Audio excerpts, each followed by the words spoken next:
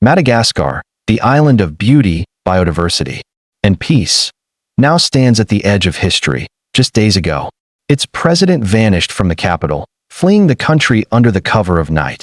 His escape comes as thousands of young Malagasy, led by a defiant generation of Gen Z activists, took to the streets demanding change. Real change. For weeks, the youth of Madagascar have marched, not with weapons, but with smartphones, megaphones, and conviction. Their message?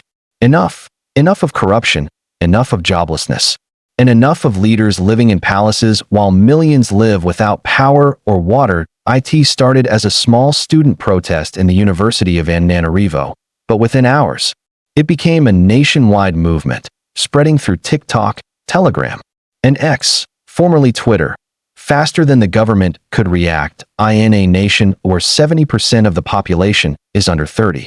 The uprising was inevitable, a storm long in the making. As the protests intensified, eyewitnesses reported military convoys escorting high-ranking officials out of the city. The president's aircraft, a sleek, white jet, was seen taking off from Avado International Airport under tight security. Officially, the government said he was leaving for diplomatic consultations, but the truth? He was running. When news of the president's departure broke, the streets exploded with celebration and disbelief.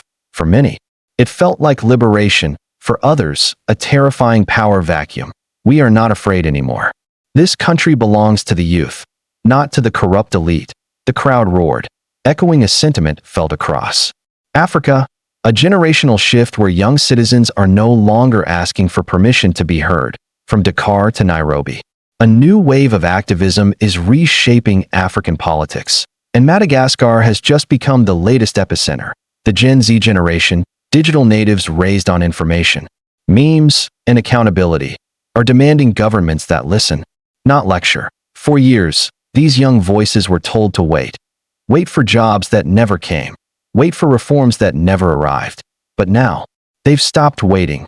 What began as peaceful rallies quickly turned into full-scale confrontations. Police fired tear gas.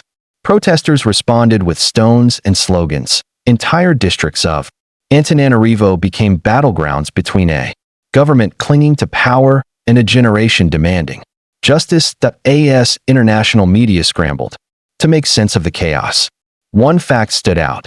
The government had underestimated the very people it dismissed as the social media generation.